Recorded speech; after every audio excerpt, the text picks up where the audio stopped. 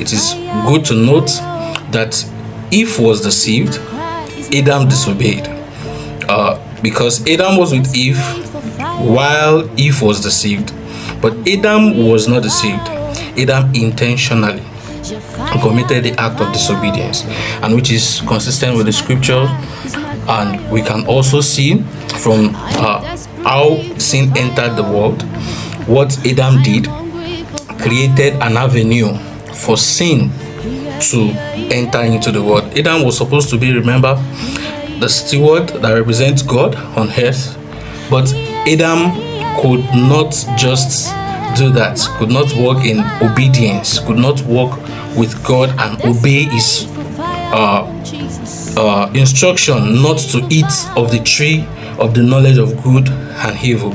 It's not a mango tree, it's not an apple tree, it is the tree of the knowledge of good and evil. And then when he disobeyed, we could see sin coming in and death with sin. We could see the consequences, and part of the consequences of Adam's fall was spiritual death. Of course, Adam was cut short from the life of God that was in him from the very beginning.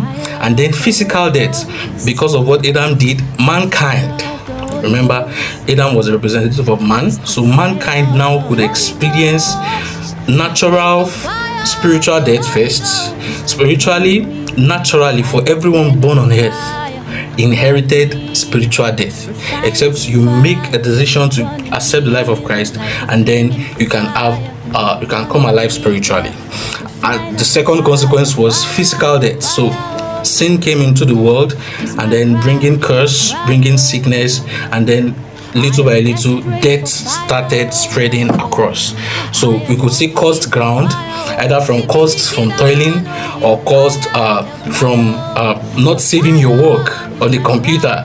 It is still a form of toiling that has been introduced through Adam, whether it is paper jam work at work, or whether it is a super stress or not getting something. It is still toiling of man, and these were consequences of what Adam did. And then we could see broken relationship. Man could no longer access God with that free mind. We could see what Adam and Eve did. Immediately they heard God speak in the cool of the day, just like he used to.